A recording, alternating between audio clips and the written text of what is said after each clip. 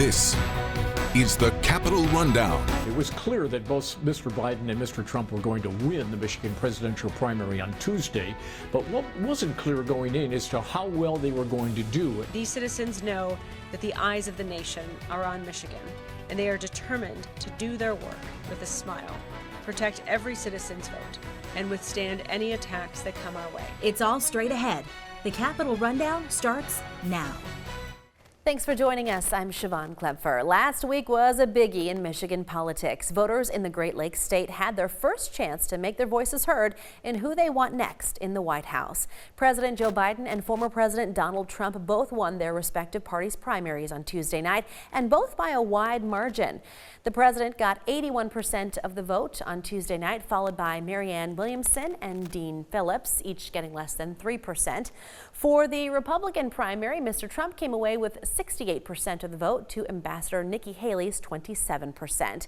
However, President Biden is facing another obstacle, the uncommitted vote. Michigan has the largest concentration of Arab Americans in the country, and many in that community have been frustrated by the president's actions in the Israel-Hamas war. There was a movement to get people to vote uncommitted in the Democratic primary to reflect that frustration. More than 100,000 people did so, which is enough to send 2 delegates to the nominating convention. The Listen to Michigan campaign that organized the push says they were hoping for 10,000 votes, pointing to Mr. Trump's win of fewer than 11,000 votes in 2016 to show the significance of that number. We organized, and over 100,000 Michigan voters last night sent a clear message to President Biden that he needs to call for an immediate, permanent ceasefire. And he needs to stop funding the Israeli military's war crimes. Meanwhile, while Mr. Trump defeated Ambassador Haley by a wide margin, his competition still saw significant support from Michigan Republicans. The South Carolina Republican says she is staying in the race, at least through Super Tuesday. Just before Tuesday's primary, poll results came out showing where Michiganders stand on who they'd prefer in the likely race between President Biden and former President Trump. In the survey conducted by Emerson College and sponsored by Nexstar Media, our parent company, 46% of responding voters say they want Mr. Trump to return to the White House, while 44% want to give President Biden another term. 10% are undecided. As far as the issues voters in Michigan care about, the economy comes in first with 31%. Immigration, threats to democracy, health care, affordable housing, education, crime, and abortion access follow in that order. These polls were done between February 20th and 24th, and they have a margin of error of plus or minus 3%.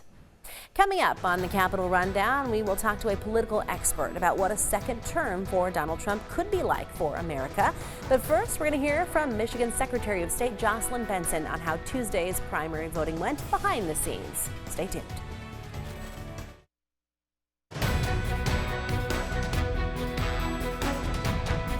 Welcome back. The job of making sure Michigan's elections go smoothly belongs to Secretary of State Jocelyn Benson. Following Tuesday's primary elections, Benson was in Detroit and talked about how things went. The secretary talked about the successful voter turnout and the variety of voting options that were provided for the first time this election. She said more than 1 million ballots were cast before Election Day, and the turnout continued to grow throughout the day Tuesday, especially as voters got off work. We are, however, accustomed to the eyes of the nation being on our state and on our voters. And I'm proud to say many showed up today recognizing the need to embrace and take seriously their role in this crucial election cycle. Benson also praised the many poll workers across the state who processed those voters throughout the day. My team and I spent all day visiting poll workers and voters across the state, and we left inspired by the enormous amount of energy, pride, and dedication these great citizens showed in making real the promise of democracy for every citizen.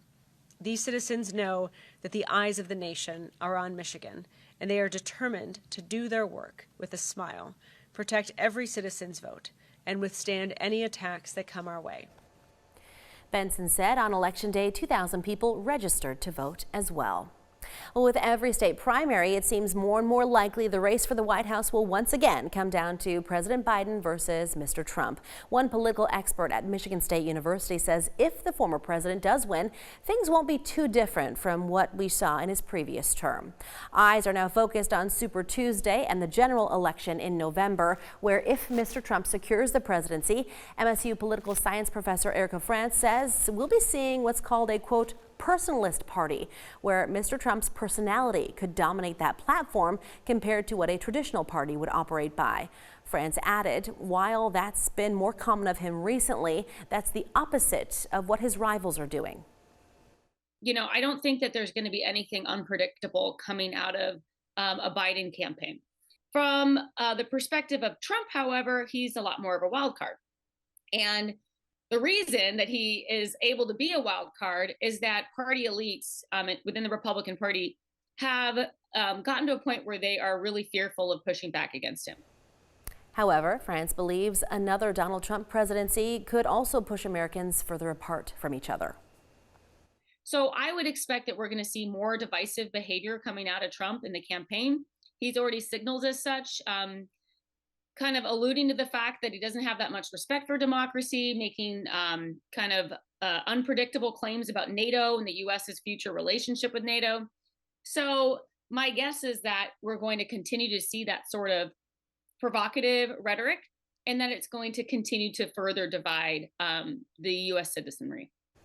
Meanwhile, the former president is expected to welcome Hungarian Prime Minister Viktor Orban to his Florida home next week. Orban, who has been in office since 2010, has promoted what he calls illiberal democracy and has been criticized by international observers, including the U.S. State Department, for leading an increasingly autocratic government.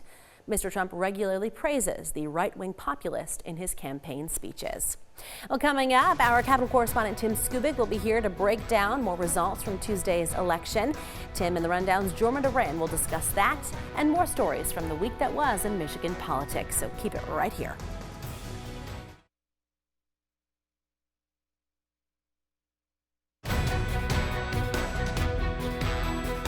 Welcome back. After Michigan's primary election wins, President Joe Biden and former President Donald Trump are heading for a Super Tuesday showdown.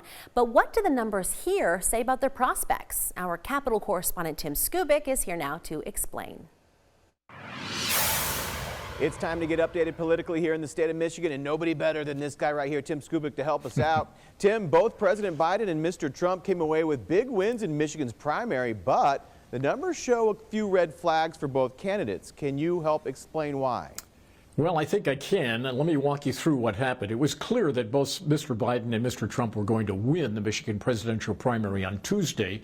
But what wasn't clear going in is to how well they were going to do. And while they won by overwhelming numbers, there were fractures in their campaigns. As it turns out, both of these candidates have a 100,000 vote problem. For Mr. Biden, his 100,000 votes that he didn't get were Democrats who voted uncommitted because they were trying to send him a message on his position on the war in Gaza, which is they don't like what he's doing. On the other side, Donald Trump had his own problems. He lost 100,000 votes to the only other candidate running against him, Nikki Haley. She picked up that 100,000 votes in critical urban areas. Oakland County, she got 33% of the vote, which is respectable. And here's the one that's really off the charts. In Michigan's most conservative county, Ottawa, she got over 35%. And so basically it shows that Mr. Trump is strong with the MAGA crowd, Make America Great Again, but he's got weaknesses in the urban areas, particularly among college-educated and female voters. Both Mr. Biden and both Mr. Trump, at least in our state, want to have that 100,000 vote margin on their side and not the other guy's side. You could say that again. Well, a new report from an independent law firm on ethics issues with the Michigan State University Board of Trustees was just released, recommending that 2 of the trustees be removed and another censured. Governor Gretchen Whitmer is now weighing in. What is she saying? So the governor gets this report and this suggestion that she look into it, and she issued a statement that was twofold. One, acknowledged that there was concern over what the report was about, but here's the key part now. The governor directed the Board of Trustees and said, you know what, you all need to take a thorough look and review of what this report said on the charges against two of the Democratic members of the Board of Trustees, Dennis Deno and Rima Vassar. So here's what the governor did. She said, Board, look into this, and we, the governor's office, will continue to monitor the situation, which is basically, she's not going to do anything right now. She could have referred this to the Attorney General and said, AG, look into this, tell me what to do. She could have referred it to her legal advisor, tell me what to do. She did neither of those things. She's standing pat. As somebody said the other day, she was handed a political hot potato, and she put it back in the oven. That may be a smart decision. Tim, always good to hear and see you, man. We appreciate it. Likewise, my friend. And thank you to you both. Coming up next on the Rundown, we will tell you about the latest moves Republican candidates are making as they compete for the soon-to-be open U.S. Senate seat for Michigan. But first, there's news on the current status of the leadership of the Michigan GOP. We'll be right back.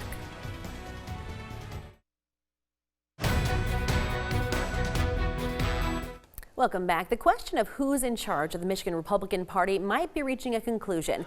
Previous party chair Kristina Karamo was dealt a legal blow on Thursday in her attempts to hold on to power. A judge ordered her to stop identifying herself as the party chair. She appealed. The Court of Appeals said the order will stand while the appeal plays out. Well, the three-judge panel took less than an hour to refuse Karamo's request. Karamo was elected to serve as the party chair following her unsuccessful campaign for Secretary of State. However, donations and funding dwindled since she took over the party, prompting efforts to remove her from office. The National Republican Party recognizes former Ambassador Pete Hoekstra as the new chair. But how much do voters care about party leadership? The Rundown spoke with a political expert from Michigan State University to find out.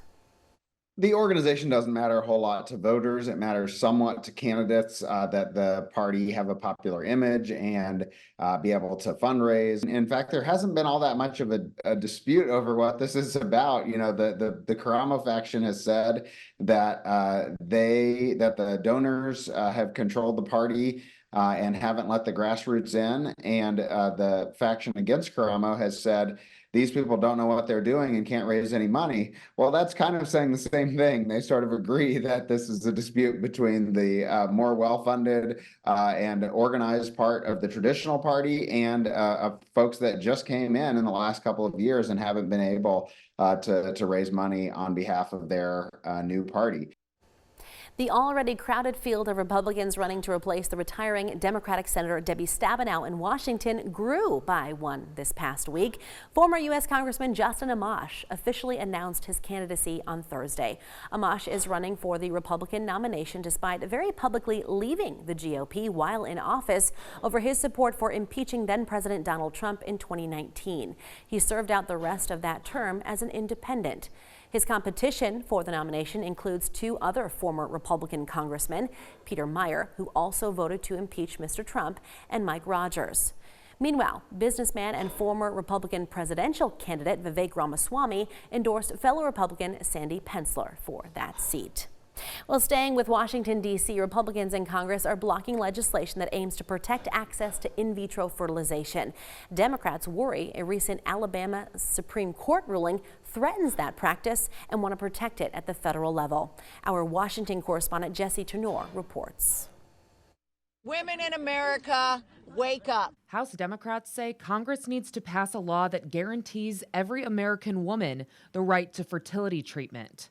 Congresswoman Terry Sewell says since the Alabama Supreme Court ruled that frozen embryos used for in vitro fertilization are children, doctors and fertility clinics in her home state are turning away women. Some have devoted their life savings to fertility treatment, only to have their hopes and dreams ripped away by Republican judges. California Congresswoman Katherine Clark warns if Republicans have their way, this will not end with Alabama. This is the Republican dream realized into a waking nightmare. The group is pushing legislation that would give federal protections to IVF services. House Republicans say they support IVF. It needs to be readily available. It needs to be something that every American supports. But Speaker Mike Johnson would not say whether he supports Democrats' bill.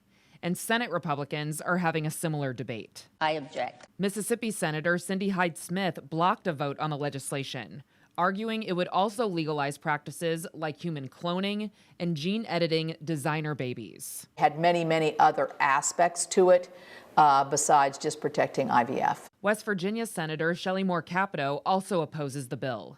But its sponsor, Illinois Democrat Senator Tammy Duckworth, says they're being short-sighted. IVF is the reason I get to experience the chaos and the beauty, the stress and the joy that is motherhood. Democrats plan to bring up the bill for another vote. In Washington, I'm Jessie Tenor.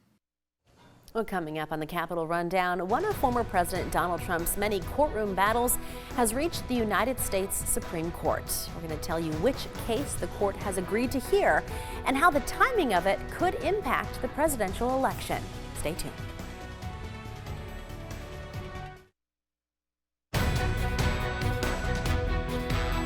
Welcome back. The question of presidential immunity is making its way to the highest court in the land. The Supreme Court on Wednesday agreed to decide whether former President Donald Trump can be prosecuted on charges that he interfered with the 2020 election. It calls into question whether his case could go to trial before the November election. The court will hear arguments in late April with a decision likely no later than the end of June. Mr. Trump's lawyers have sought to put off a trial until after the election. In the end, the timing of a possible trial will come down to how quickly the justices rule. If you're interested in getting more political news from Michigan and Washington, we've got just the thing for you. Take a look. You can sign up for our Capitol Rundown newsletter. It's just one email each week, and you can get it by pointing your cell phone camera at the screen right now. This will take you to the sign up page, or you can head to WLNS.com/newsletter. And that's our show for this week. Thanks for watching the Capitol Rundown. We'll see you all again right here next week.